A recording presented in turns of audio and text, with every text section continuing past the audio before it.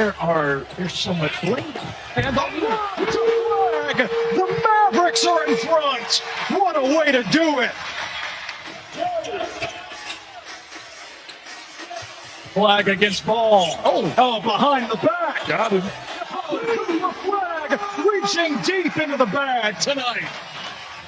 As we move along in this journey with Cooper Flagg, just getting started, there's going to be one moment every single night that makes you say, wow. He just doesn't look like an 18-year-old player. He No. just looks like he's been in the He's got him worked up. He made the third three and pointed at the bench. Look out! Cooper Flagg with the stuff. The rest of our game. Cooper Flagg, rookie. Out of Duke with the throwdown, but it's the Gabe Vincent show right now with 18 points for LA. Graduated from here. My son just graduated from TCU, so this place means a lot to me. And it's certainly... Here in a challenge shot by Keontae George. And he says he's just fit in seamlessly, doesn't over dribble. Steal, Cooper, in transition, big finish. And the Whataburger Whata play, and we're going to see plenty of these this year. Cooper slams, and that was a big one. Talk about serving it up on a platter. Beautiful setup by Nemhard. Cooper knows what to do with College it. player between Iona and Florida. Cooper, of course, a one and done, and he puts it down and scores with a foul. Cheer. Simple basketball, triple threat. Little shot fake there, gets him on the hip. And that dribble handoff action. The new action, that's good. Flagg right down the chute. That's a three. Square up. Nice screen. His first three. What's going on, guys? Welcome back to another episode of the Clippers Latest, where we talk all things LA Clippers, quick, fast, and to the point. I'm your host with the most, Brandon Goggins, here with another episode for you guys today. We got a lot to take, we got a lot to talk about, but of course, first, I want to do our vibe check. How are we all feeling today? Hope that everybody's having a fantastic day so far, or had a fantastic day, depending on what time you may be watching this. Just overall, hope it was all positive vibes, man. And I'm wishing everybody the best here at Clipper Nation. Lit man had to take the day off yesterday. You know, it was a mental day. Get myself back into it. So, I know that I'm doing this, 2 days after the game. But, we all going to make it work out. We still going to talk about it. You know what I mean. We going to get to what we got to handle tonight, too. Don't worry. All of that will be addressed in due time. And, I feel like we might as well just get into it right now. We might as well. So, let's do it. So, to start it off, I want to be blunt. Let's go ahead and y'all can give us the ring. Like, y'all can go ahead and give us the Larry O'Brien. Like, I think I've seen enough. Give me a ring. But all serious note, like the Clippers absolutely smacked. I'm talking about gobsmacked the Kings.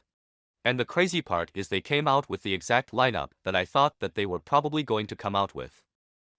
Which consisted of Schroeder, Lavine, DeRozan, Sabonis, and Saric.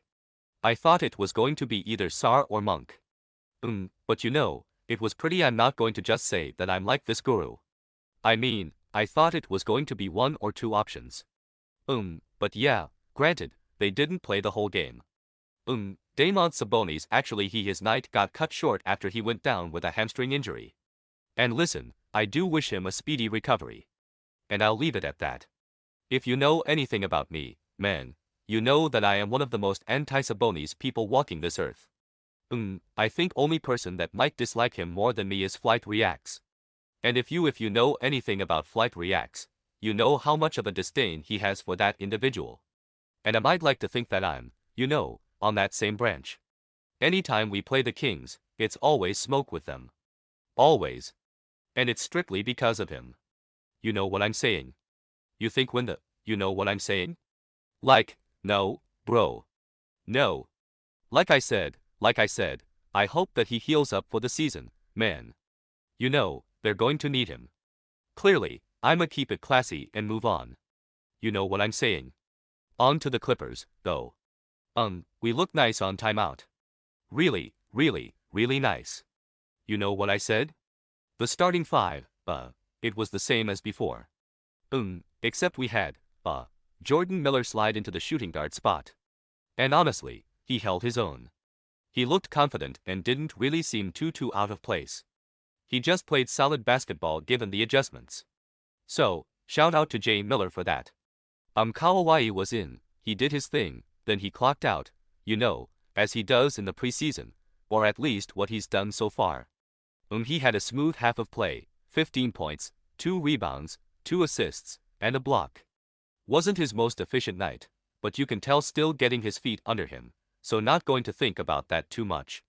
Now, something that I have been thinking about, should we be worried about James Harden shooting? I don't know.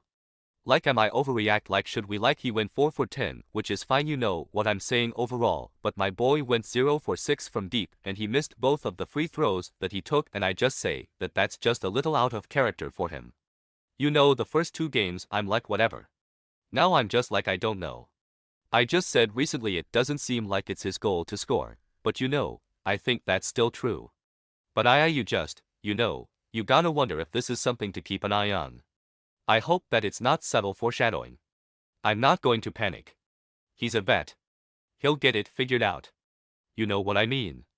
But it's something that I will be monitoring closely as we head into the regular season. And I would like you guys to do the same. I don't know if I'm the only one that's picked up on that. Have you guys? But like I said, I'm not going to overreact to that. As for the young guys, lot of young guys, man, they out there hustling. They got to clean up a little bit on some rebounding and some transition D. I mean, like I said, they hustling hard. They giving it their all. I'll give them that. But some of those mistakes were just, you know, they look careless out there. Like handle the rock, crash the board, get back on defense. You know what I mean. Like it's just the little things. The fundamentals, which they're young guys, so they got to develop. They're not going to be, you know, veteran pros right off the bat. I don't expect that. But it's just something that I took note of. You know, that's normal. They're still learning. But if they want to stick around on this roster long term, feel like they got to start adjusting, you know, relatively fast. Or if they want to see any type of minutes, because like we've talked about, we have a veteran head of year roster. A lot of them are probably not going to get the minutes that they might hope to get, but that doesn't mean that has to be the case. Prove why you deserve a spot next to the veteran. You know what I'm saying. Jordan Miller, I know that it's preseason and that won't happen because Bogey and Bradley Beal are going to be ahead of him, but he got to play because, you know, he's been showing that he can. You get what I'm saying? So, feel like the other guys, they need to, you know, just I don't know, take things more seriously. But like I said, they still learning and at the end of the day, we won 109-91. We handled business and now we're heading straight into a matchup with the Warriors. And more on that later, but first I want to talk about something that was so beautiful. The Wake Forest connection has officially begun. Chris Paul and John Collins, they linked up for Perfect Alumni Live. If you haven't seen it, go watch it. It was a thing of beauty and I'm telling you right now, that was just one of many connections that we're gonna see from these two. You get what I'm saying? So, CP3, I've always felt like this. CP3 is the exact type of point guard that Collins needs to bring out his best self. He had JC in A,